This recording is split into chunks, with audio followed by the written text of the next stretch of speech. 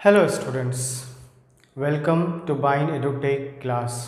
Last video में हम लोगों ने सर्विसेज को डिस्कस किया था। वो सर्विसेज जो रिटेलर्स के द्वारा प्रोवाइड करवाई जाती हैं कंज्यूमर्स को।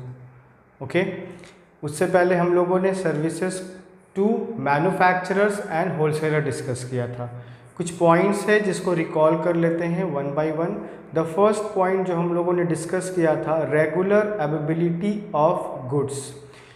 रिटेलर जो है वो ये इंश्योर करता है कि जो उसका शॉप है उसमें हमेशा वो प्रोडक्ट अवेलेबल रहे जो कंज्यूमर के द्वारा डिमांड किया जाता है या जिसका डिमांड कंज्यूमर करता है। अगर एक कंज्यूमर रिटेलर के पास आता है और किसी एक प्रोडक्ट को वो हमेशा डिमांड करता है या परचेस करता है, तो उस पर्टिकुलर एरिया में जितने भी कंज्यूमर हैं उस पर्टिकुलर प्रोडक्ट का डिमांड करते हैं या उसे परचेस करते हैं, तो ये रिटेलर का रिस्पॉन्सिबिलिटी बन जाता है कि वो उस प्रोडक्ट को हमेशा अपने स्टोर में अवेलेबल रखे। जब भी कंज्यूमर आए तो वो डायरेक्टली आकर के गुड्स को परचेस कर सकता है।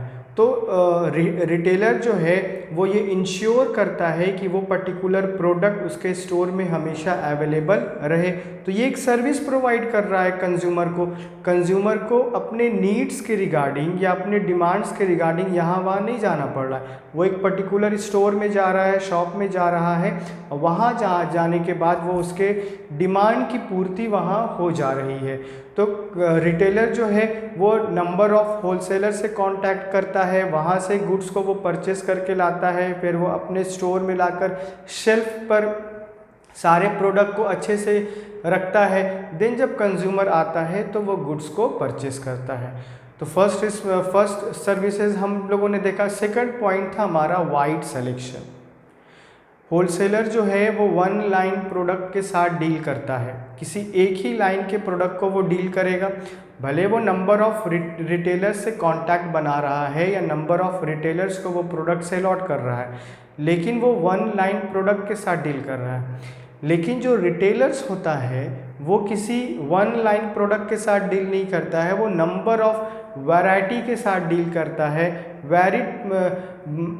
वैरायटी ऑफ प्रोडक्ट के साथ डील करता है, डिफरेंट ब्रांडेड प्रोडक्ट के साथ डील करता है, as well as local items को वो भी सेल करता है। तो कंज्यूमर की अगर बात करते हैं तो यहाँ पर कंज्यूमर को वाइड सिलेक्शन यानी सिलेक्शन करने का बहुत सारा ऑप्शन अवेलेबल है। वो अपने लेवल ऑफ इनकम के हिसाब से या अपने नीड्स के हिसाब से या अपने टेस्ट या प्रेफरेंस के हिसाब से किसी भी गुड्स को सेलेक्ट कर सकता है। तो सिलेक्शन का ऑप्शन यहाँ पर कौन प्रोवाइड करवा रहा है? रिटेलर प्रोवाइड करवा रहा है। होलसेलर तो आकर के रेसिडेंशियल एरिया में वाइड सिलेक्शन का ऑप्शन प्रोवाइड नहीं कर रहा है। मैन्युफैक्चरर जो है वो किसी एक ही प्रोडक्ट को बना रहा है। ओके, तो यहाँ पर जो बेसिकली जो कांटेक्ट बिल्डअप हो रहा है या कंज्यूमर तक प्रोडक्ट रीच कर रहा है या फाइनल कंजम्पशन तक हमें या मैन्युफैक्चरर या होलसेलर को प्रोडक्ट को रीच करवाना है, तो with the help of retailers. Number of retailers जो होते हैं वो डिफरेंट एरिया में लोकेटेड होते हैं, उन एरिया के डिमांड को वो पूरा करते हैं। नेक्स्ट पॉइंट हम लोगों ने पढ़ा था कि न्यू प्रोडक्ट इंफॉर्मेशन। जब भी मैन्युफैक्चरर कोई नया प्रोडक्ट बनाता है तो वो इन्फॉर्मेशन वो होलसेलर को सप्लाई करता है। फिर होलसेलर जो उसके कांटेक्ट में जितने भी रिटेलर्स हैं वो उन्हें वो ऑप्शन इन्फॉर्मेशन सप्लाई करता है। अब फाइनल कंजम्पशन किसको करवाना है? तो कस्टमर को करवाना है। तो ये जो वो इन्फॉर्मेशन है कस्टमर तक रीच करना बहुत इम्पॉर्टेंट है। अगर कस्टमर तक रीच नहीं करेगा तो क्या कस्टमर किसी भी नए प्रोडक्ट के बारे में जान पाएगा? नहीं जान पाएगा। तो इसके लिए जो रिटेलर है वो क्या करता है? होलसेलर से इन्फॉर्मेशन लेता है और फाइनली वो उन लोगों को ट्रांसफ़र करता है जिनके लिए नया प्रोडक्ट बनाया गया है, जिनको फाइनली कंज्यूम करना है। That is consumers. तो कंज्यूमर्स को कंज्यूम करना, तो उन तक ये प्रोडक्ट का इंफॉर्मेशन रीच करवाना ये रिस्पॉन्सिबिलिटी बन जाता है, या ये सर्विसेज वो अपना प्रोवाइड करता है नंबर ऑफ कंज्यूमर को, ताकि जो कंज्यूमर है वो अपने नीड्स के रिगार्डिंग यहाँ वहाँ नहीं जाए, उनको एक स्टोर में आकर के सेटिस्फैक्शन मिले, वो अपने नीड्स को पूरा कर पाए। देन आफ्टर हम लोगों ने देखा था कि आफ्टर सेल सर्विसेज प्रोवाइड करवाता है रिटेलर। कंज्यूमर ने अपने घर से ही कॉल किया कि मुझे ये प्रोडक्ट चाहिए, तो वो क्या करता है कि अपने रिप्रेजेंटेटिव को भेजता है वो प्रोडक्ट लेकर के कंज्यूमर के घर पर, फिर कंज्यूमर उसे पेमेंट करता है। तो इस तरीके से वो होम डिलीवरी का ऑप्शन देता है। दूसरा ये होता है कि कंज्यूमर अगर उसके स्टोर में आता है और उसे वो लिस्ट दे देता है कि मुझे ये प्रोडक्ट चाहिए, आप इसका पेमेंट टोटल करके पेमेंट ले लो और आप इसे फिर घर पर पहुंचा देना। तो ये जो होम डिलीवरी का ऑप्शन है ये भी प्रोवाइड करवाया जाता है रिटेलर्स के द्वारा, क्योंकि रिटेलर चाहता है कि कैसे मैं अपने कॉन्टैक्ट को अच्छा बनाऊं, नंबर ऑफ कंज्यूमर से कम्युनिकेट करूं, ओके, जिससे क्या होगा कि उसका जो सेल है वो भी इंक्रीज करेगा। देन आफ्टर हम लोगों ने डिस्कस किया था प्रोवाइड क्रेडिट फैसिलिटीज़। रिटेलर जो है वो नंबर ऑफ कंज्यूमर्स को क्रेडिट फैसिलिटी प्रोवाइड कराता है। क्रेडिट फैसिलिटी से क्या होगा कि उधार में वो देता है प्रोडक्ट। कंज्यूमर्स, अगर हम लोग एक ही रेसिडेंशियल एरिया की बात करते हैं तो रेसिडेंशियल एरिया में बहुत सारे कंज्यूमर्स होते हैं, वहाँ पर कोई एक रिटेलर तो नहीं होता है, एक से ज़्यादा रिटेलर्स हो सकते हैं। तो एक रिटेलर कैसे अपने कंज्यूमर को अपनी ओर अट्रैक्ट कर पाए या अपने स्टोर की ओर अट्रैक्ट कर पाए, तो इसके लिए वो क्या करता है, क्रेडिट फैसिलिटी अवेलेबल करवाता है या प्रोवाइड करवाता है। तो क्रेडिट फैसिलिटी वो किसी भी नए बायर्स को अवेलेबल नहीं करवाता है, वो उन बायर्स को देता है जो उसके स्टोर में रेगुलर आते हैं। जो पुराने बायर्स होते हैं वो उनको ही ये फैसिलिटी प्रोवाइड करवाता है, ताकि वो कंज्यूमर के द्वारा कभी भी उसे लॉस ना हो। अगर उसने नए कंज्यूमर को या नए बायर को क्रेडिट पर प्रोवाइड कर दिया कोई भी प्रोडक्ट, हो सकता है कि वो कस्टमर फिर दोबारा विजिट ना करे, तो इसमें लॉस किसका होगा, इसमें लॉस रिटेलर का होगा। तो इसके लिए क्या होता है कि वो क्रेडिट फैसिलिटी प्रोवाइड करता है, लेकिन उन बायर्स को जो उसको शॉप पर रेगुलर विजिट करते हैं या जो पुराने बायर होते हैं या उस पर्टिकुलर एरिया से बिलोंग करते हैं। लास्ट पॉइंट जो हम लोगों ने इसमें डिस्कस किया था वो कन्वीनियंस डिस्कस किया था, कन्वीनियंस इन बाइंग।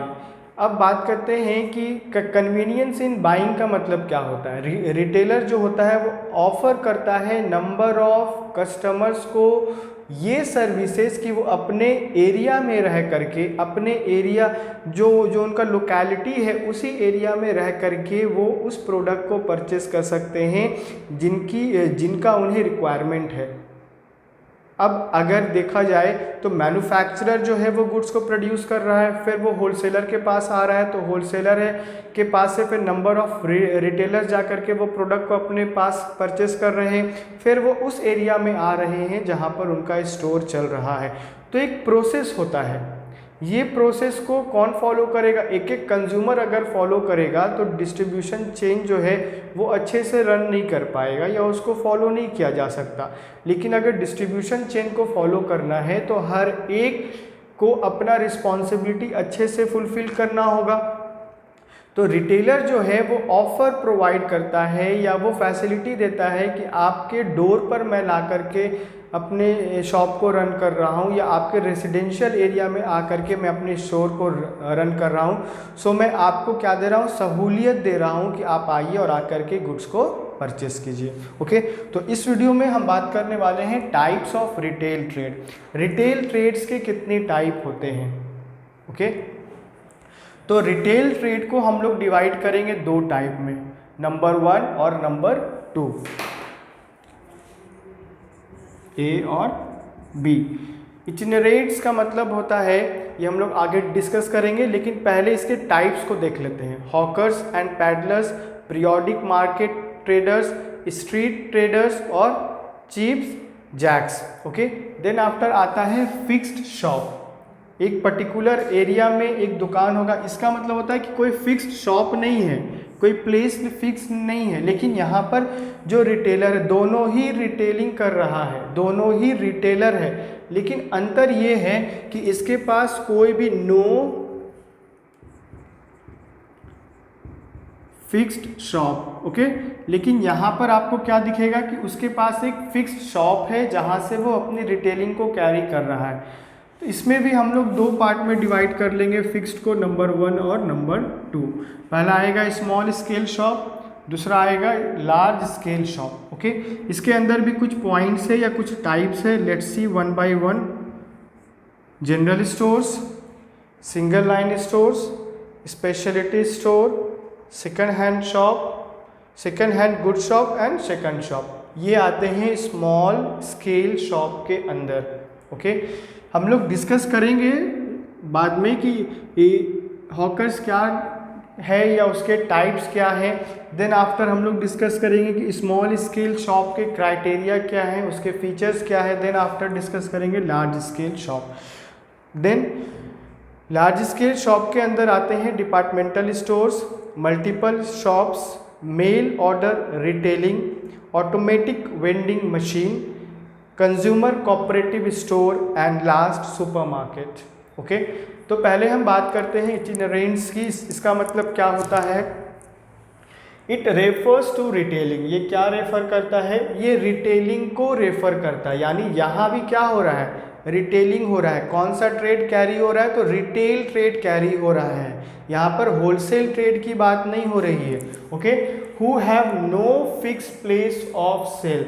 यहाँ भी जो व्यक्ति है वो प्रोडक्ट को सेल कर रहा है, लेकिन इसके पास अपना कोई भी एक प्लेस नहीं है, फिक्स प्लेस नहीं है जहाँ से वो रेगुलरली किसी भी एक प्रोडक्ट को सेल आउट कर रहा है, ओके। हम लोगों ने देखा कि एक जो रिटेलर होता है जिसके पास फिक्स प्लेस होता है वो वहीं पर अपने स्टोर को रन करता है। एक टाइमिंग होता है, उसी टाइमिंग के अंदर पर्टिकुलर प्लेस पर या एरिया पर उसका एक शॉप होता है और एक टाइम होता है। तो यहाँ पर क्या होगा? एक प्लेस और टाइम होगा अगर हम लोग फिक्स रिटेल शॉप की बात करेंगे। लेकिन यहाँ पर कोई भी प्लेस जो है वो फिक्स नहीं है, वो ट्रैवल करके यहाँ वहाँ विजिट करके वो प्रोडक्ट को सेल आउट करता है। They move from one place to another. वो एक प्लेस से दूसरे प्लेस पर विजिट करता है, ट्रैवल करता है, कंज्यूमर्स को फाइंड आउट करता है।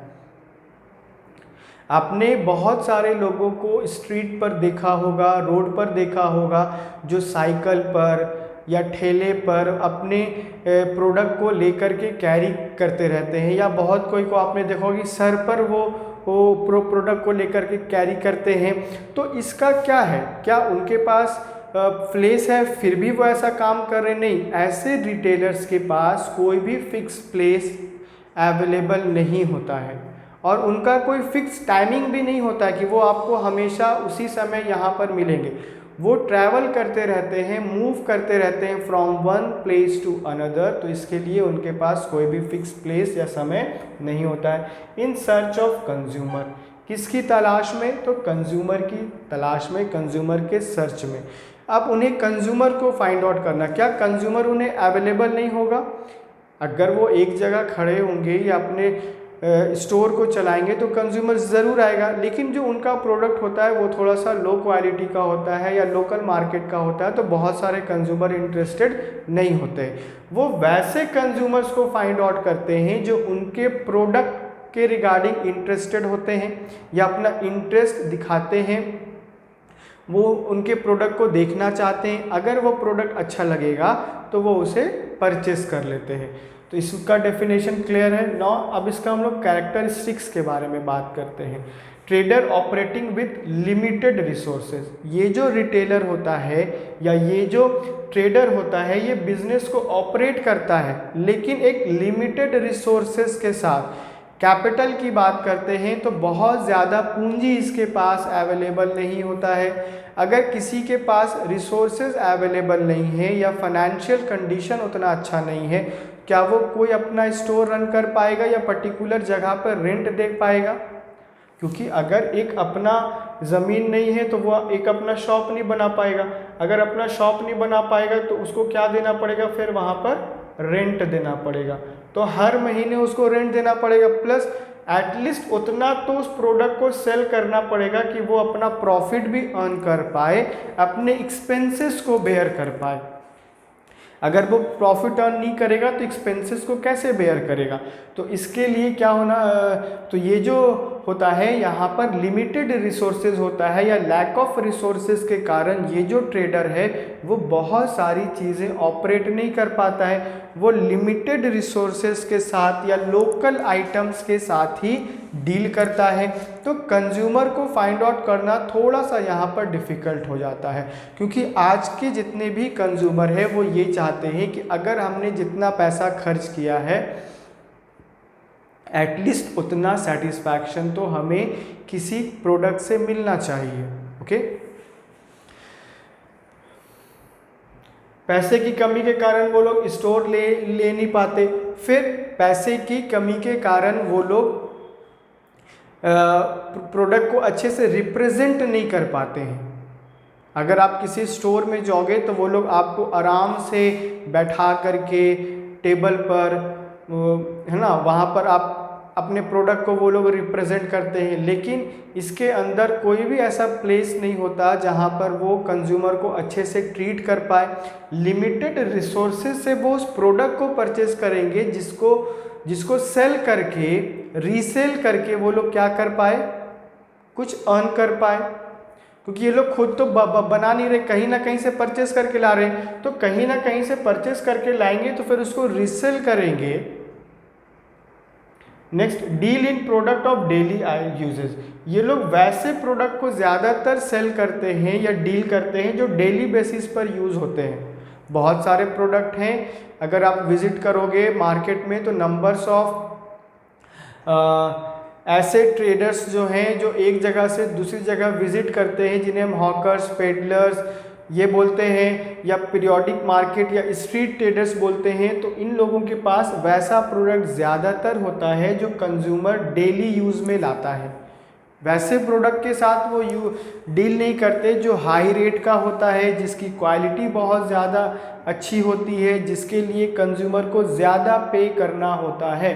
अगर कंज्यूमर ज़्यादा पे करेगा तो वो वैसे आइटम्स या प्रोडक्ट को क्यों परचेस करेगा जिसको लोकल आइटम्स बोला जाता है, या जिसकी जो क्वालिटी होती है वो बहुत ज़्यादा अच्छी नहीं होती है, जिसके लिए या जो हम एक मान लेते हैं कि जिसका जो गारंटी पीरियड है, यानी इसको कितने समय तक हम यूज़ कर सकते हैं, फिर हम जाकर के रिटेलर को कंप्लेन नहीं कर सकते या फिर वो हमें कंपनसेशन नहीं देगा। तो वो बेसिकली वैसे आइटम्स को डील करता है जो लोकल मार्केट के होते हैं और या लोकल मैन्युफैक्चरर्स के द्वारा बनाए जाते हैं और जो डेली यूज़ कर होते हैं। Customer services by making the product available at door steps. Very good. ये जो ट्रेडर्स होते हैं वो कंज्यूमर को ये फैसिलिटी देते हैं कि हम आपके घर पर आकर के ये प्रोडक्ट को सेल आउट करेंगे, या वो कस्टमर के डोर टू डोर जाकर के, घर पे जाकर के उस प्रोडक्ट के बारे में या उस प्रोडक्ट का इंफॉर्मेशन कंज्यूमर तक रीच करवाते हैं। अगर कंज्यूमर को वो प्रोडक्ट अच्छा लगता है या लगता है कि ये जेन्युइनली एक अच्छा प्रोडक्ट बेच रहा है, भले ये लोकल आइटम है या इसका प्राइस कम है, बट द थिंग इज़ कि जो इससे सेटिस्फैक्शन मिलेगा वो अच्छा होगा, तो वो प्रोडक्ट को ले सकता है। तो यहाँ पर जो ट्रेडर है वो अवेलेबल करवाता है उस प्रोडक्ट को जिसके साथ वो डील कर रहा है, भले वो डेली प्रोडक्ट हो, डेली यूज प्रोडक्ट है, लेकिन फिर भी वो कहाँ पर अवेलेबल करवा रहा है, कंज्यूमर के डोर पर, यानी कंज्यूमर के घर पे जाकर के वो उस प्रोडक्ट को अवेलेबल करवा रहा है। अगर कंज्यूमर इंटरेस्टेड होगा तो डेफिनेटली वो उस प्रोडक्ट को परचेस कर सकता है। अब वो डिपेंड करता है कि जो ट्रेडर है वो कैसे कंज्यूमर को अट्रैक्ट करता है अपने प्रोडक्ट की ओर, वो कैसे अपने प्रोडक्ट का इंफॉर्मेशन सप्लाई करता है, या किस स्टाइल में वो उस प्रोडक्ट का क्वालिटी फीचर्स बताता है जिसके तहत जो कंज्यूमर है वो अट्रैक्ट होकर के परचेस कर ले। तो यहाँ पर कंज्यूमर को फ़ायदा ये हो रहा है कि उसे कहीं बाहर नहीं जाना पड़ रहा है, वो अपने घर में रह कर के घर का काम कर सकता है, साथ में वो परचेजिंग भी कर सकता है। अब वो घर से बाहर जाएगा तो सारा काम पेंडिंग हो जाएगा, फिर उसका टाइम भी जाएगा, फिर आकर के वो उस काम को कंटिन्यू करेगा। तो यहाँ पर बहुत सारी चीज़ें उसे पेंडिंग करके जाना पड़ेगा, लेकिन वही ट्रेडर जब उसके घर में आएगा सेम प्रोडक्ट अवेलेबल करवाएगा जिसका उसको रिक्वायरमेंट है, जिसके लिए उसे कम पे करना है। तो फ़ायदा किसको हो रहा है यहाँ पर? कंज्यूमर को हो रहा है। और इस तरीके से हम देख पाएंगे कि वो जो ट्रेडर है वो एक अच्छा रिलेशनशिप बिल्ड कर पाएगा।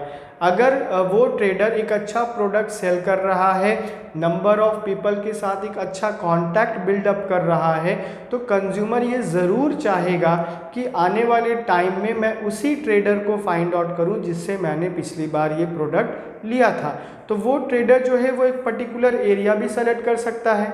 फॉर एग्ज़ाम्पल कि इसी एरिया में मैं ट्रैवल करके या मूव करके, या पर्टिकुलर हम बोल सकते हैं कि 2 से 3 एरिया वो फिक्स कर सकता है। कभी वो कुछ समय यहाँ देगा, कुछ समय यहाँ देगा।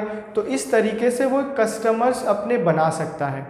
ये भी एक तरीका हो सकता है। जैसे हम लोग डे टू डे लाइफ में देखते हैं कि कुछ ट्रेडर जो मूव करते हैं from one place to another, वो लोग कुछ एरिया सेलेक्ट कर लेते हैं। 10 दिन के बाद, हफ्ता दिन के बाद, 15 दिन के बाद वो उसी एरिया में फिर से विज़िट करते हैं। अगर किसी कस्टमर्स को ज़रूरत होगा वो प्रोडक्ट लेने का तो वो ईज़िली ले सकता है। तो इस तरीके से वो एक अच्छा रिलेशनशिप बिल्ड करेंगे और कंज्यूमर को ज़्यादा यहाँ वहाँ नहीं जाना पड़ेगा उसी प्रोडक्ट के regarding. Next point we have is do not have fixed business establishment.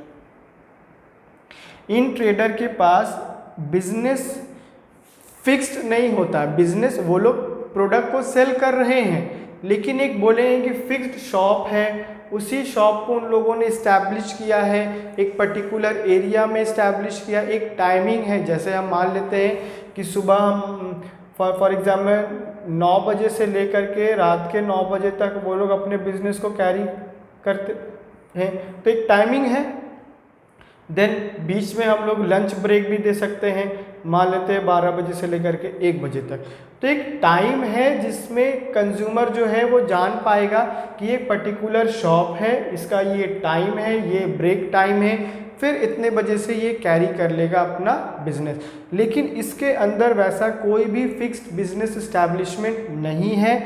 ये अपने बिजनेस को बस कैरी करते चले जाते हैं from one place to another. जहाँ पर कस्टमर मिल जाते हैं वो उन्हें सेल आउट कर देते हैं। वैसे कस्टमर जो इनके प्रोडक्ट के रिगार्डिंग अट्रैक्ट होते हैं, इंटरेस्ट दिखाते हैं और परचेस करते हैं। हर कोई इनका कस्टमर नहीं होता। वो कस्टमर जो परचेस करता है प्रोडक्ट को। कस्टमर्स तो ऐसे मार्केट में बहुत सारे अवेलेबल है।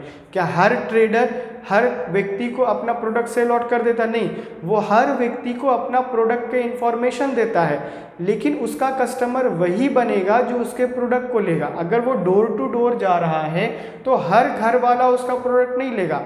कुछ सेलेक्टिव हैं जो ले सकते हैं और वही उसके कस्टमर्स बन जाते हैं। अगर उसका प्रोडक्ट अच्छा होगा तो वो एक बार नहीं 4 बार भी विजिट करेगा, तब भी वो उसके ही प्रोडक्ट को लेंगे, क्योंकि उसका प्रोडक्ट उन्हें अच्छा लगा। तो वही लोग उसके कस्टमर्स होंगे। लेकिन अगर एक फिक्स्ड शॉप है और वो एक एरिया को कवर कर रहा है, उसका एक टाइम है, एक प्लेस है, तो वहाँ पर जो कस्टमर्स होंगे कभी वो बढ़ सकते हैं, कभी वो घट सकते हैं, तो कस्टमर उसके पास विजिट करेगा। फिक्स्ड शॉप रिटेलर्स जो होते हैं उनके पास कस्टमर्स विजिट करते हैं, वो कस्टमर के पास नहीं जाते। हाँ, भले वो किसी रेसिडेंशियल एरिया में अपने बिजनेस को कैरी कर रहे हैं, उनका एक टाइम है या एक प्लेस है, फिर भी वो जाते नहीं हैं कंज्यूमर के पास। कंज्यूमर उनके पास आता है प्रोडक्ट को लेने के लिए। ओके, लेकिन ये जो ट्रेडर्स होते हैं जो फिक्स प्लेस नहीं होता है, मूव करते रहते हैं, ये लोग कस्टमर्स के पास जाते हैं। नेक्स्ट ये है नंबर 1। हम लोगों ने देखा नंबर 1 में हमारा है हॉकर्स एंड पेडलर्स। ये कौन होते हैं? Hawkers and peddlers move from street to street. ये जो हॉकर्स वाले होते हैं वो मूव करते रहते हैं, कहाँ से कहाँ तक? तो स्ट्रीट से लेकर के दूसरे स्ट्रीट तक, यानी एक स्ट्रीट से उन लोगों ने स्टार्ट किया, फिर वो स्ट्रीट टू स्ट्रीट मूव करते रहते हैं, कंज्यूमर को फाइंड आउट करते रहते हैं, वो कंज्यूमर जो उनके गुड्स को परचेस कर पाए। In search of consumers, consumer की तलाश में ये लोग एक जगह से दूसरी जगह मूव करते रहते हैं, साइकिल से या पैदल ही ये लोग चल रहे हैं, या हॉकर्स वाले को आप लोगों ने देखा होगा कि वो लोग अपने प्रोडक्ट को लेकर के बस मूव करते रहते हैं, कंज्यूमर को खोजते रहते हैं, और कंज्यूमर अगर इंटरेस्ट दिखाता है या वो चाहता है कि मैं इस पैडलर या हॉकर्स का प्रोडक्ट लूँ तो वो ईजिली ले सकता है। Now we have the main features of hawkers and peddlers. कुछ फीचर्स हैं या कुछ विशेषताएं हैं। Let's see what are the विशेषताएं of hawkers and peddlers. Number A, they sell a variety of goods such as fruits, vegetable etcetera. जो हॉकर्स वाले होते हैं वो वैरायटी ऑफ प्रोडक्ट को सेल आउट करते हैं। आपने देखा कि वो लोग अपनी साइकिल में एक बॉक्स रखते हैं, उस बॉक्स में वो लोग एक साइड वेजिटेबल रख सकते हैं,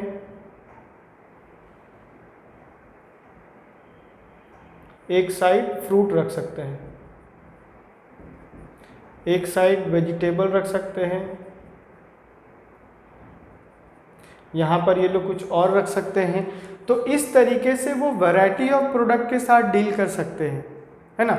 बॉक्स एक ही है लेकिन उन लोगों ने उसमें क्या कर दिया, डिवीज़न कर दिया। अब डिवीज़न करने के बाद वो लोग अलग अलग आइटम, अलग अलग बॉक्स, अलग अलग एरिया में रख सकते हैं, जिसके कारण क्या होगा कि जैसे कस्टमर मिलते चले जाएंगे और जो उनका रिक्वायरमेंट होगा वो उस रिक्वायरमेंट को पूरा करता चला जाएगा। कौन? हॉकर्स या पेडलर्स।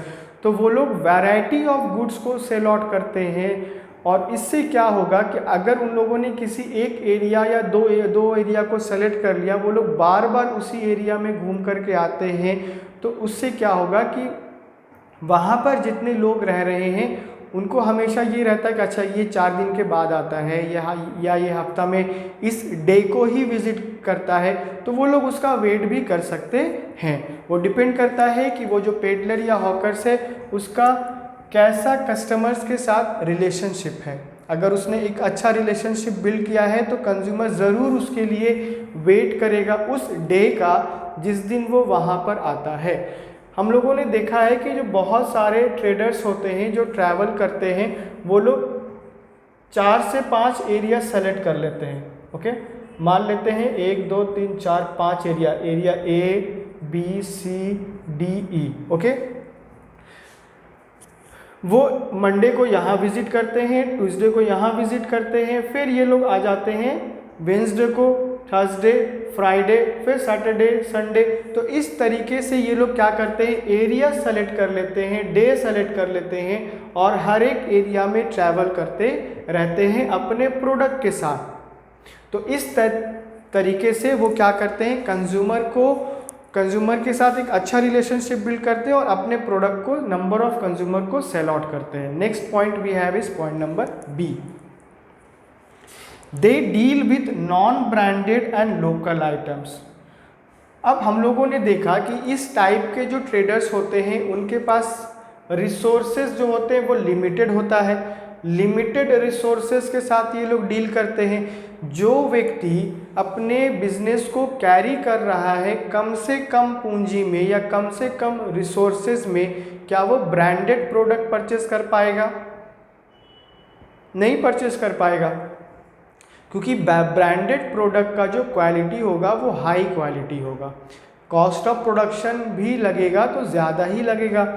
उसी प्रकार मैन्युफैक्चरर्स वो अपना प्रॉफिट रख करके सेल आउट करेगा, होलसेलर अपना प्रॉफिट रख करके सेल आउट करेगा, फिर जितने रिटेलर्स होंगे वो उन्होंने अपना प्रॉफिट रखना है, और देन फाइनली पे करेगा कस्टमर। लेकिन जो लोकल या नॉन ब्रांडेड आइटम्स होते हैं उनका जो क्वालिटी होता है वो बहुत ज़्यादा अच्छा नहीं होता। अगर हम लोग क्वालिटी की बात करते हैं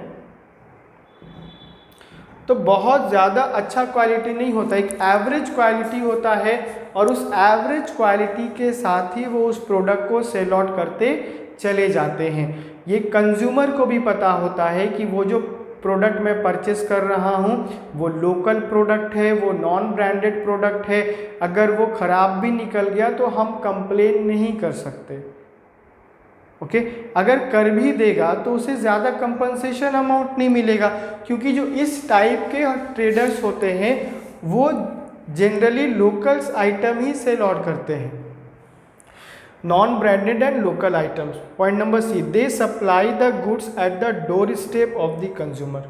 ये गुड्स को सप्लाई करते हैं कहाँ से कहाँ तक, कंज्यूमर के घर तक, यानी उन्होंने एक जगह से दूसरी जगह विजिट करना है, विजिट करने के साथ साथ ये हर उस घर पे जाते हैं या कंज्यूमर के घर पे जाएंगे और वो उन्हें अपने प्रोडक्ट के बारे में बताएंगे।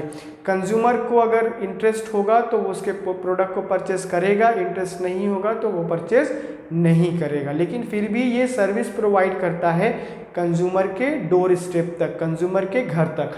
तो इस वीडियो में हम लोगों ने फर्स्ट पॉइंट डिस्कस कर लिया है। नेक्स्ट वीडियो में हम लोग बात करेंगे पीरियोडिक मार्केट और स्ट्रीट ट्रेडर्स के बारे में। ओके।